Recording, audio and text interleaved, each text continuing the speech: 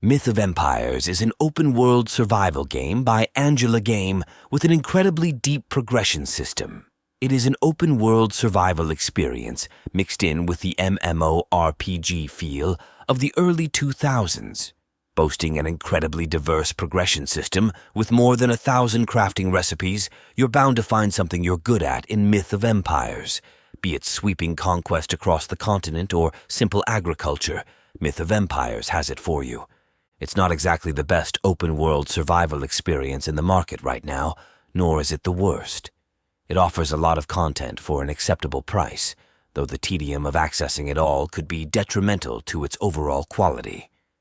If that's what you're into, then great. Otherwise, I'd find a game with a steadier, more forgiving progression. Sad to say, despite its name, this empire's pretty mediocre. Myth of Empire doesn't have a story in the traditional sense, because it encourages player choice above all else. This normally wouldn't be too damning for a game from the open-world survival genre, but recent entries have proven that player choice and in-game lore aren't mutually exclusive. Still, the world is somewhat cohesive in its design, enough to create your own story from, at the very least. Myth of Empire's gameplay is incredibly deep, consisting of skill trees upon skill trees and over 1,000 crafting recipes on top of standard fare survival mechanics. That's well and good, but let's get real. You're not going to experience even half of those features if you're not willing to dump a few hundred hours into this game. What I mean to say is that although this game has plenty of content, its runtime is artificially inflated by overtly grindy mechanics and seemingly pointless directional combat. The reign of guilds is at hand as the titular PvP sandbox title officially launches into Steam Early Access after a brief delay and 6 long years in development. Fighting is just one part of the game, though, as players can also engage in diplomacy, crafting, and trading. Set in the kingdom of Dwarin, players from various countries vie for power, titles, and territorial control. The game features a dynamic first-person combat system with friendly fire and magical buffs. It uniquely combines PvP and PvE elements in an open-world setting, where character development spans across PvE, crafting, and PvP. The medieval-styled MMO makes its early access debut with hardcore features and mechanics to keep PvP players hooked, including open-world fights, unrestricted territory wars, non-target combat in first-person view, and harsh death penalties. Players also need to keep their karma in check, as it will affect how the amount of XP and items that they lose when they get killed. Economic realism is key with a deep integration of taxes, commissions, and land and market maintenance. Resource distribution is uneven, requiring strategic collection and transportation, especially given the open-world PvP conditions. The craft system is described as intricate, offering thousands of item variations, and associations like traders, craftsmen, and mercenaries add depth to the economy through auctions and market control. Reign of Guilds intends to offer a rich, complex world where strategy, alliances, and economic acumen are as important as combat skills, promising a unique and immersive gaming experience. Tower of Fantasy, created by Hada Studio, has its sights set on challenging Genshin Impact for the gacha throne. However, this sci-fi MMO is a little too derivative for its own good, and the few new ideas it introduces fail to make a compelling argument for why fans should spend the time and money on such an unpolished game. Tower of Fantasy's premise is interesting and unique enough, but it starts coming apart at the seams almost immediately. The game starts throwing exposition and new characters at the player at high speed. Players will regularly meet new characters who try very hard to be quirky and memorable, yet pass by so quickly that players will likely see no reason to invest in these characters at all. Combat is where Tower of Fantasy makes up some ground and proves that the game has some teeth, but it only feels slightly less shallow than its story and quest counterparts. Tower of Fantasy allows players to have 3 weapon types available at all times, each containing one of 4 elements that are effective against enemies who are weak to that corresponding element. When a weapon has built up a sufficient charge in combat, players can swap weapons to activate a special move. Combat-wise, Tower of Fantasy's main detriment is having weak enemies with very boring attack patterns. Almost every low-ranked enemy in the overworld stays staggered on hit and is quickly taken down by simply spamming the attack button. Tower of Fantasy does offer some thrills with boss fights, but those fights play out like a more extended version of the same dodge and poke routine, but with a spongier enemy. Perhaps the most egregious issue in Tower of Fantasy is its insistence on time-gating a lot of its content. This is not the type of game that players can barrel through in a matter of a week.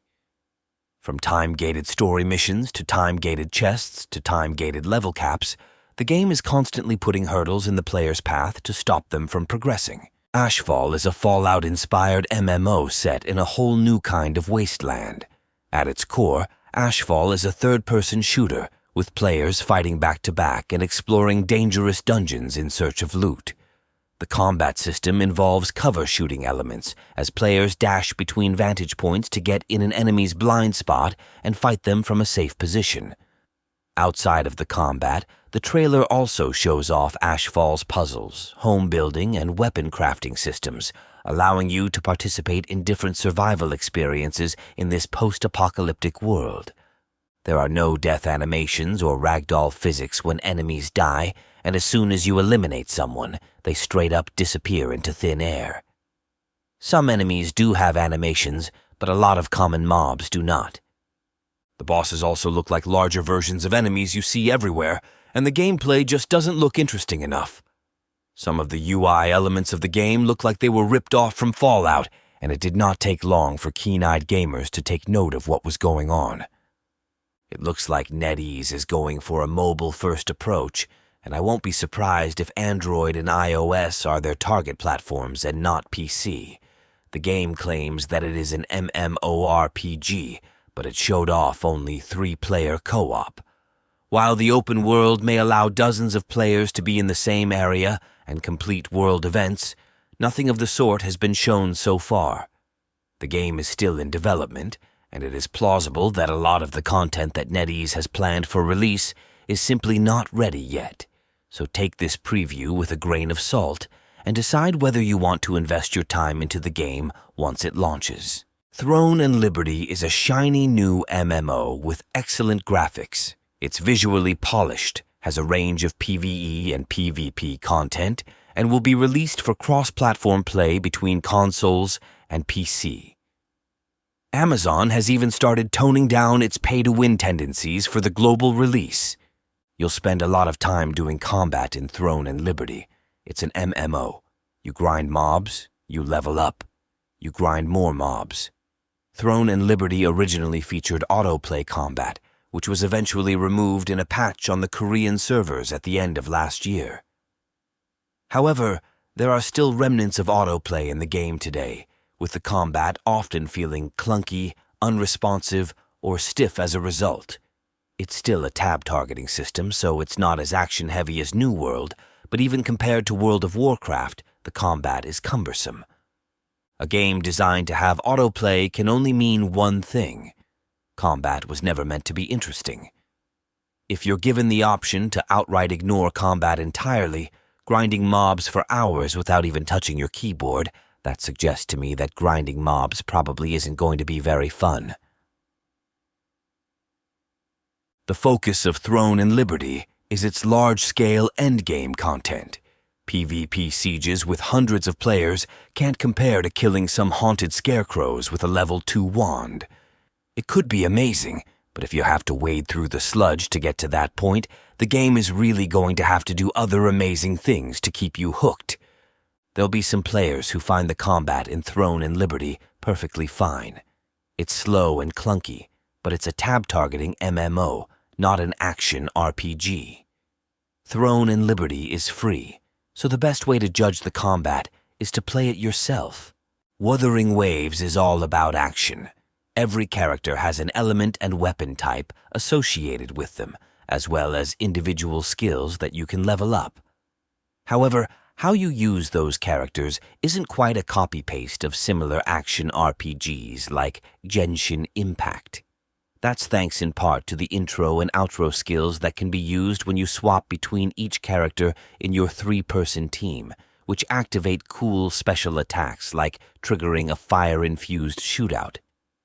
You also charge up a separate skill gauge by dishing out damage or successfully dodging and parrying enemy attacks, and these systems add an appreciated layer of strategy to how you build your party and when exactly to change teammates. Rather than using traditional equipment like helmets and gloves, you strengthen your characters with echoes, animal-like companions that increase your attack, elemental damage, and so on.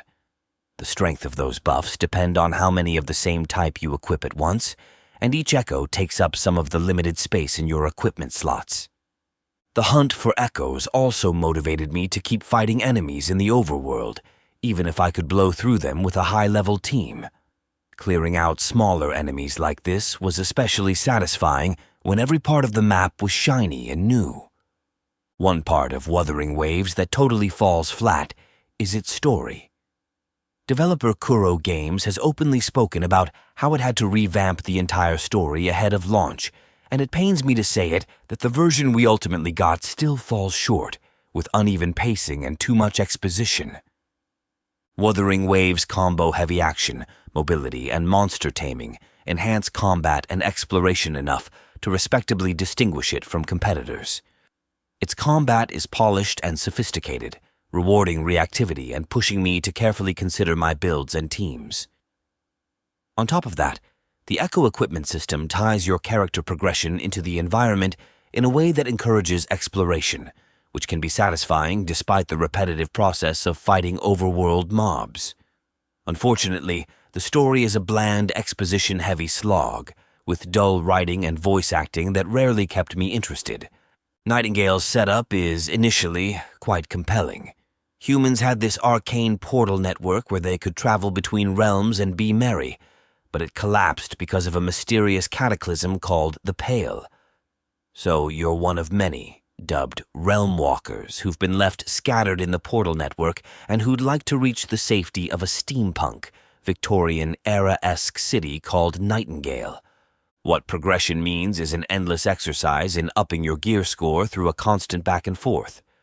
By virtue of the gear score chase, you'll view realms as resource scapes to be gleaned of higher value rocks to make higher value things. There are moments, though, where biomes do take your breath away, like when a tower acts as a mysterious beacon amidst a quiet desert, or a spectral elk's magic call rejuvenates felled trees. Perhaps Nightingale's greatest crime is how it divorces discovery from exploration.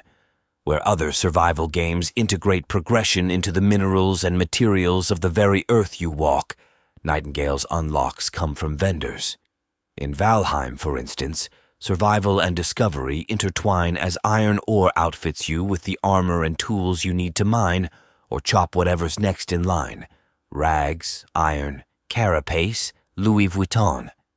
There's a sense you're shaping the landscape into a series of stepping stones. With Nightingale, discovery is reliant on a shopkeeper and whether you've got enough of a currency called essence to give them. Fighting your way to the top isn't great, at least early to mid-game. Combat is Elder Scrolls, Oblivion levels of floatiness, but somehow worse, with hits that rarely register and little strategy needed to overcome dunce AI. Double-barrel shotguns and large hammers with magical powers do lend later fights extra crunch, but you're forever wrangling with jank that tires more than it amuses. One of the major marks missed in Corepunk is the questing system, as it gives the bare minimum of information, with some comedy and cuss words thrown in as a bit of filler text. Yes, this is meant to feel like an old-school MMORPG, but that doesn't mean that you need to run around for 45 minutes looking for wheat or an NPC that the objective gave you no direction to find. That leads to the exploration side of things, which honestly was a lot of fun.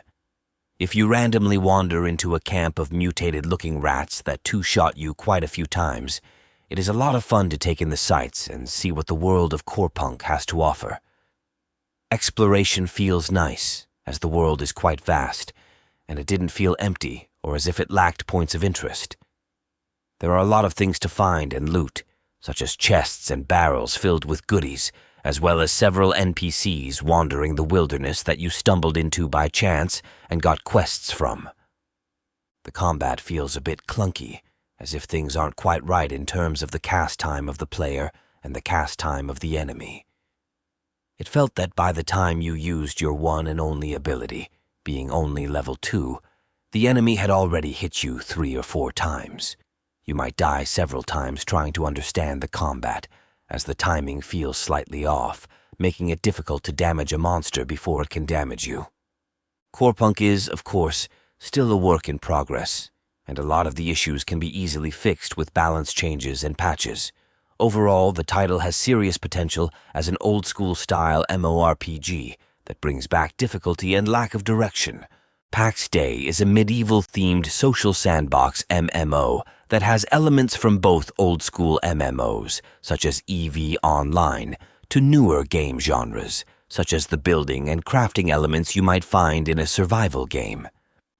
Positioned as a social sandbox MMO by developers Mainframe Industries, the world of PAX Day starts out empty. There's nothing significant to find, except some angry boars. The idea is that the world will become populated with the creations of the players, a more permanent Death Stranding, castles, roadside inns, entire villages. If you can think it, you can build it, at least if you've got some friends to play with. PAX Day isn't a solo experience. It took me quite a few hours to even get a rudimentary base going, as the quest for simple clay took me further and further from my homestead. Crafting is, well, convoluted to put it mildly. So many crafting recipes require a ton of small pieces built from those raw resources, such as the wooden beams, planks, and plugs required to build walls or floor foundations, right down to the iron nails and hinges required to craft chests. Some armor-smithing recipes require iron studs to effectively rivet into the armor plate, and all of this requires a mighty store of resources. The crafting loop is the core gameplay of PAX Day right now, and ensuring it's something that respects the player's time while also ensuring it is balanced and requires time to master is key. Take the steel greatsword, a weaponsmithing item that requires enough charcoal to burn down a forest. Over 9,000 pieces of charcoal are needed in order to smelt down the ore required to build the weapon. This means you need at least 17,000 pieces of wood. PAX Day aims to be a social sandbox, bringing the multiplayer of MMORPGs to the forefront. PAX Day is simply better with other people. Whether it's coordinating a massive gathering group to sweep the land for that hard-to-find clay or hunting down enemies to collect the lockets required for some higher-tier crafting recipes, everything in PAX Day feels huddled around the core concept of doing it with other people. Once Human offers a deeply Moorish open-world scavenge 'em up, but weak action and generic clutter hold it back. Once Human may be a drop in the post-apocalyptic survival game's ocean, but it's an intriguing one. Rather than struggling to survive in a world ravaged by war or plague, we're fighting to save humanity against the deadly otherworld organism Stardust that turns everyday items into bloodthirsty fiends. At first, the game is criminally easy, leaving you feeling grossly overpowered as you hack through hordes of aliens or snarling suitcases. Enemies are, for the most part, slow and stupid. The challenge ramps up a little about halfway through, but even then, boss fights don't feel hard as much as they feel tanky. And it's too much at times. There are too many items to collect, too many skill trees, too many menus, too many things to unlock, too many resources, too many icons flashing angrily in your face. If you covered every one of the million things your character has to unlock or understand, you'd still be reading this on Christmas morning. It's interesting, then, that you have managed to level up your character, weapons, deviations, and home base just fine without knowing what half the things in my backpack do. Once Human has masterfully balanced the need to survive with the need to keep things fun. There's a sanity system, yes, and the requisite skills and cooking recipes to learn, but even building your base is thrilling and accessible in all the right ways. Once Human's living, breathing, dynamic world, that's undoubtedly its biggest draw. While it's true that if it's a popular server, the environs can be horribly overcrowded by other players' bases and temporary camps, There's something remarkably satisfying about watching the landscape around you change as other players unlock new skills and building materials. As you grow, so too does the world around you, and the more you'll uncover of once human secrets, from the crates secreted in rocks to PvE public events, PvP modes.